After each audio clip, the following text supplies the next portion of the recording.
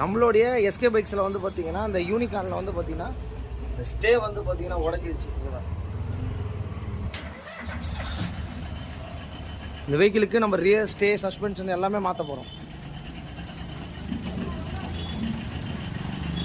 வெஹிக்கிளுக்கு வந்து பார்த்தீங்கன்னா ஸ்டே எந்த அளவுக்கு உடஞ்சிருக்கு.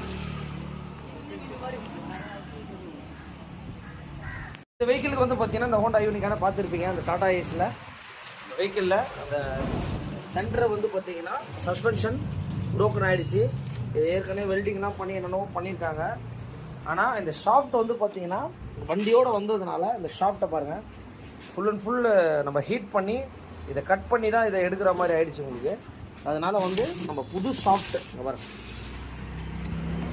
புது ஷாஃப்ட்டு. அதுக்கப்புறம் சஸ்பென்ஷனுங்க, யூனிகார்ன் சஸ்பென்ஷன், ரியரில் வர ஸ்டே, அது உள்ளே வர புஷ்ஷு, இந்த மாதிரி கம்ப்ளீட்டடாக இந்த வண்டியை நம்ம ஒர்க் பண்ண போகிறோம். ஒரிஜினல் ஸ்டேலாம் வந்து நம்ம ஒரிஜினலாக போடும்போது ரொம்ப பர்ஃபெக்டாக இருக்கும். இது என்ன தான் வெல்டிங் பண்ணி நீங்கள் எத்தனை வாட்டி போட்டாலும் இது உங்களுக்கு ப்ராப்ளம் தான் வரும். உங்களுக்கு வெஹிக்கிளுக்கு வந்து பார்த்தீங்கன்னா ஃப்ரண்ட்டில் டயர் சொன்னாங்க, அதே மாதிரி இந்த ஃபுல் ரியர் ஸ்டே சொல்லுவாங்க. நீங்கள் பாருங்க, ஃபுல் ஸ்டே, அதில் வர அந்த போல்டு, அந்த ஷாப்பில் வர போல்டு எல்லாமே மாற்றிருக்கு. அதே மாதிரி ரியர் சாக்கப் சார் சஸ்பென்ஷன் இங்கே பாருங்கள். நம்மளுடைய எஸ்கே பைக்ஸில் அந்த வெஹிக்கிள் எடுத்துகிட்டு வந்தாங்க.